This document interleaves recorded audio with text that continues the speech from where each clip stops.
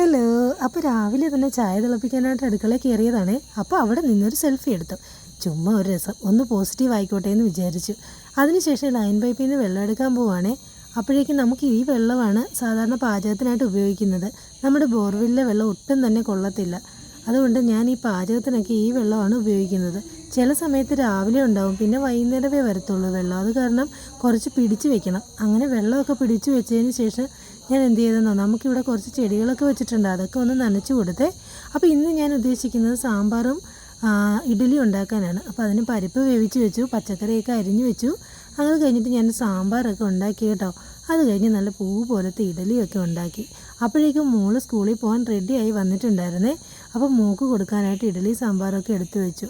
അങ്ങനെ അവൾ അതൊക്കെ കഴിച്ചിട്ട് അങ്ങനെ ഇരിക്കുമ്പോഴത്തേക്കും നോക്ക്, താഴത്ത് 2 പേര്, ഒരാൾ ഇവിടെ ഓടി നടക്കുന്നുണ്ട് കേട്ടോ, ഒരാൾ അപ്പുറത്തുണ്ട്, ഇവിടെ കാണാൻ പറ്റുന്നില്ല.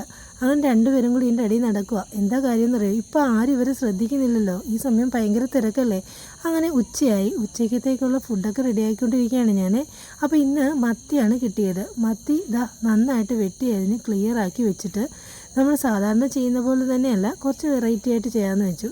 അതായത് ചെറിയ ഉള്ളി, പച്ചമുളക്, വെളുത്തുള്ളി, ഇഞ്ചി, വേപ്പില ഇതെല്ലാം അരിഞ്ഞ് റെഡിയാക്കി വെച്ചിട്ട് ചട്ടിയിൽ നമ്മൾ ഉലുവ ഇട്ട് കൊടുത്തു. എന്നിട്ട് നമ്മൾ ഈ അരിഞ്ഞു വെച്ചിരിക്കുന്ന വെളുത്തുള്ളി, ഇഞ്ചിയും, പച്ചമുളകും, വേപ്പിലയും, ചെറിയ ഉള്ളിയും എല്ലാം കൂടെ ചേർത്ത് നന്നായിട്ട് ഇളക്കി കൊടുത്തു.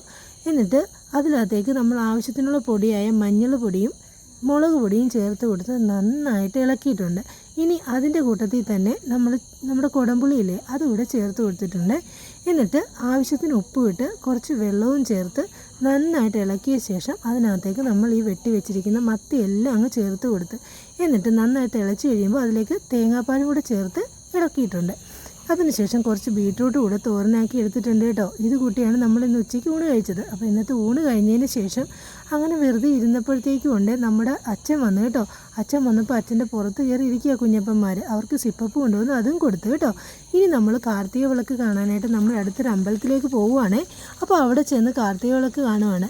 ഇതാണ് ഇവിടുത്തെ അമ്പലം. റോഡ് സൈഡിലായിട്ടുള്ള ഒരു അമ്പലമാണ് കേട്ടോ, ഒരു ദേവീക്ഷേത്രമാണ്.